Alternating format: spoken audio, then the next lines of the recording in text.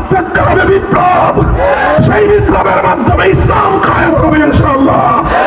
চূড়ান্তভাবে আল্লাহর কোরআনের দ্বীন কায়েম হবে, কোরআনের রাজ কায়েম হবে ইনশাআল্লাহ।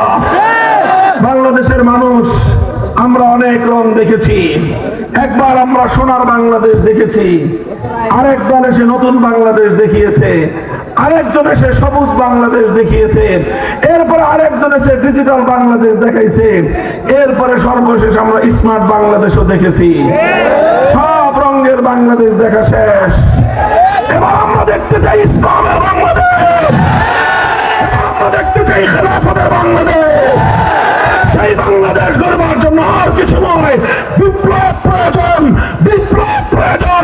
সেই বিপ্লবের জন্য কারা কারা বিপ্লব